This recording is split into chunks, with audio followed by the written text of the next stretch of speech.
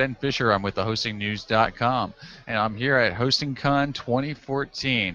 And we're here today talking with Hillary Stiff from Cheval Capital. How are you doing, Hillary? Hi, Ben. It's great to see you. Definitely great to see you. You and I have been around the industry for a long time, but your story really hasn't been told. And you haven't been able to really get to talk to people who are up and coming in the industry. So what we've got for you today is we've got a little bit of background on Cheval Capital and a little bit of something that we're just calling kind of like running your company as if. How did you get into the industry? I think you started back in '97 actually with Vario, right? So how did you kind of grow from there into the hosting industry where you are now, where you've completed over 250 transactions just to date in the hosting or hosting related industry? Give us the scoop. Well, first of all, Ben, I think you may have called me a dinosaur of the hosting industry, but that's probably accurate. As you mentioned, we got started in 1997 with Vario. We were helping them on their East Coast ISP acquisitions. From that, it really morphed into doing essentially shared hosting at that time. There really weren't dedicated hosters. And we worked for Vario for probably about 4 or 5 years doing consolidation of hosting, ending with a 1999 acquisition of Digital Nation, which was a high watermark in the industry at that point. Went for $100 million, and at that point it had about $10 million of revenue. So that's approximately, depending on how you evaluate it, about a 10 to 12 times revenue multiple. So things have certainly changed in the last 10 years. Just a little bit. Yeah, we don't see those every day now. No. So once we finished helping them on their buy-side deals, we started working for Endurance, and we helped them complete, I don't know, somewhere probably just south of 20 acquisitions. And it was interesting, as we worked for companies working on buy-side programs, a lot of times they're private equity backed. What would happen is we'd find all these companies that were wonderful companies that didn't fit the specific requirements of the group that we were working for. And probably about 10 years ago, I think it was around the time of the first hosting con in Chicago, we came up with the idea, why don't we take all these individual companies that we're seeing that aren't a fit for our particular buyer, why don't we put them on a list and we'll send them out? And as I said, that was 10 years ago. And since that point, I think we've now done about 260 hosting deals in the last too many years to count. Being that you've been doing this for in excess of 10 years, what is your take on the industry now? I think we love the people in the industry. And as you mentioned, it's very interesting because I can't think of another industry where you have so many people that started with an unorthodox business background. They weren't in a management program. They didn't start off as a salesperson for a company.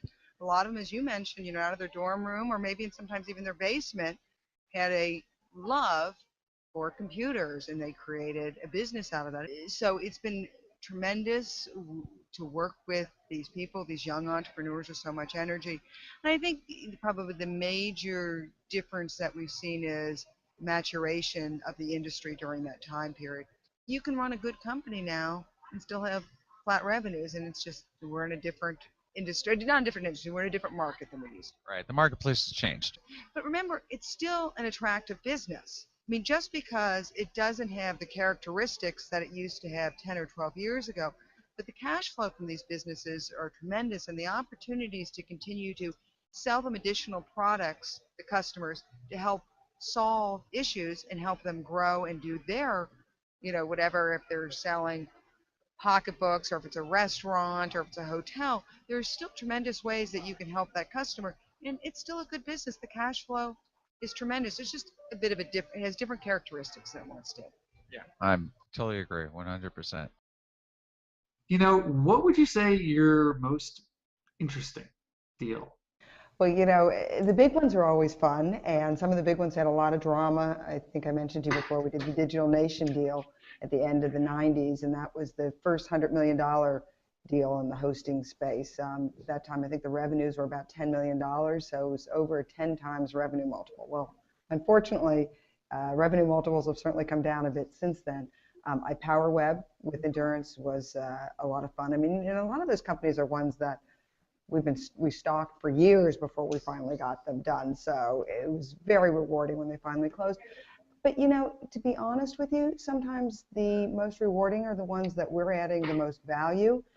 And it may be a situation that you had a young entrepreneur that has really created a special company, and when you see that they're able to cash out for something that they created, which is really above the standard, that's a great feeling. We've had situations where there's been a death of, unfortunately, the hoster, and the estate needs to sell the business. So there's some that aren't particularly remarkable. Maybe it goes by without the rest of the world even knowing it happened, but those can be very, very fulfilling.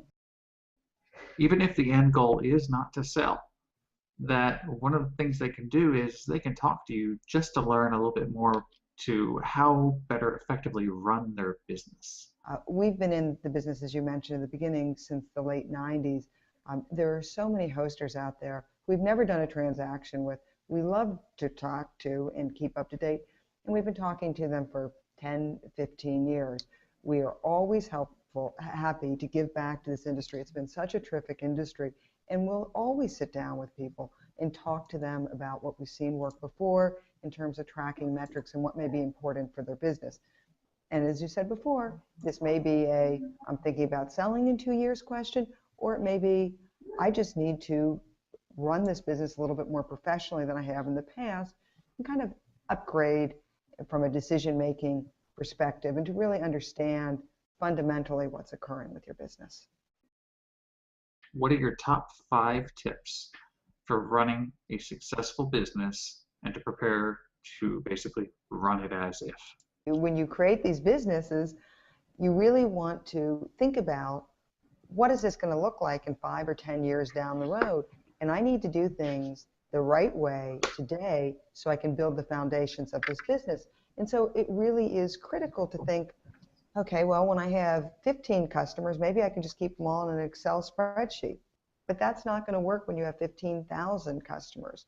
And so you always need to think about where you're driving this business and how to prepare for that. So I think, number one on my list is think long term and think about this company being a large company. I think number 2 that we've also touched on, this is more of a recap or summary, is what you need to provide the customers. You need to provide products and services to the customers so they can grow. And if you're doing that correctly, then your business you'll take care of your business. The other point 3 is probably you need to get systems in place so that you can track all the important aspects. And that's probably your revenue growth, that's your EBITDA growth, that's the customers you're adding, the customers you're churning, the customers you're losing. Number 4 is probably we see so much emphasis put on growth, which is terrific and critical, but it's a lot cheaper to keep a customer from going out the back door than it is to add a new customer. So we really are hoping to see hosters put a lot of emphasis into understanding why they're losing these customers and what they can do to keep the customers. And I think 5th is, as we've also talked about, is the world's changing and you need to continue to evolve. You don't necessarily have to have more money than anybody else. You just need to work smart and understand where the customers are going and continue to evolve your business so you can keep up with what your customers need. And then I think, as I said before, the fundamentals of this business are extremely attractive. If you follow those 5 tips, you're going to have a nice business regardless if you're keeping it forever or selling it next year. Well, thanks so much for joining us today, Hillary. So everybody, this has been Hillary Stipp with Cheval Capital. And Hillary, if you could tell us, how can people find you? We're at chevalcapital.com, ChevalCapital, email, telephone, our website, Google, we're out there. This is Ben Fisher with the Hosting News and Steady Demand. And everybody have a great day. Thanks for watching.